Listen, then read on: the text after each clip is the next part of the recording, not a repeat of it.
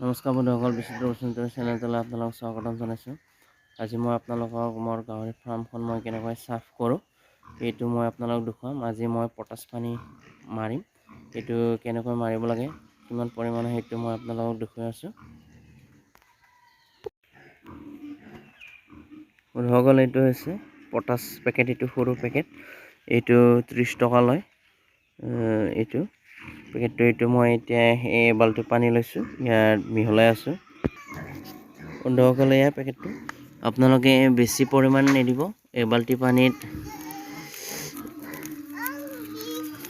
ইমানমান দিলে হৈ যাব। বেছি দিলে গাহৰি খাই ল'লে কিবা এটা প্ৰব্লেম হৈ যাব পাৰে। এইটো কম পৰিমাণে আপোনালোকে মিলাই ল'লে হ'ল। ফাৰ্মখন যিমান ডাঙৰ সেইমতে মিলাই ল'লে হ'ল। তো কালাৰ আহি যাব। বন্ধুসকল, চাই লওঁ মানে মই কেনেকৈ চিটাই দি আছোঁ। এনেকৈ অলপ অলপকৈ আপোনালোকে মাৰি দিলে হ'ল।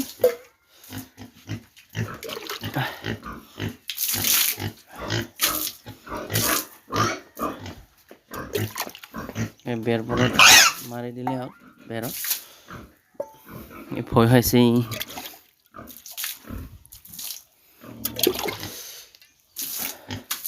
এনেকৈ মৰাৰ পিছত আপোনালোকে 5 মিনিট পিছত আকৌ পানী মাৰি দিলে হ'ল।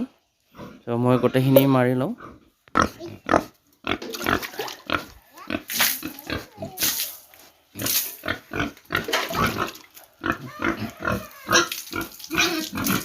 গা ধুৱাই দিছোঁ।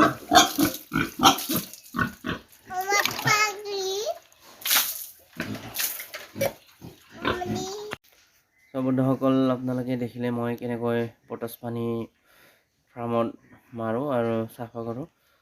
আপোনালোকেও এনেকুৱা কৰিব পাৰে, তেতিয়া বীজাণুবিলাক মৰিব আৰু গাহৰিৰ ফাৰ্মো ভালকৈ চাফ চিকুণ হৈ থাকিব। আৰু কম পৰিমাণে দিব, বেছি পৰিমাণে দিলে গাহৰি খাই ল'বও পাৰে। খাই লোৱাৰ পিছত এনে কিবা এটা প্ৰব্লেম আহিব পাৰে। আৰু এই বস্তুটো গৰু ছাগলীকো ব্যৱহাৰ কৰিব পাৰে। ভৰিত ঘাঁ হ'লে বা যিকোনো কিবা হ'লে, গাহৰিৰ ঘাঁ হ'লেও এইটো ব্যৱহাৰ কৰিব পাৰে। পটাছটো আপোনালোকে ব্যৱহাৰ কৰক। এইটো সপ্তাহত নাই বুলি আপোনালোকে 2বাৰমান বা 3বাৰ ব্যৱহাৰ কৰক। বন্ধুসকল, মোৰ ভিডিঅ'টো যদি ভাল লাগিছে লাইক, শ্বেয়াৰ আৰু ছাবস্ক্ৰাইব কৰি দিব। ধন্যবাদ।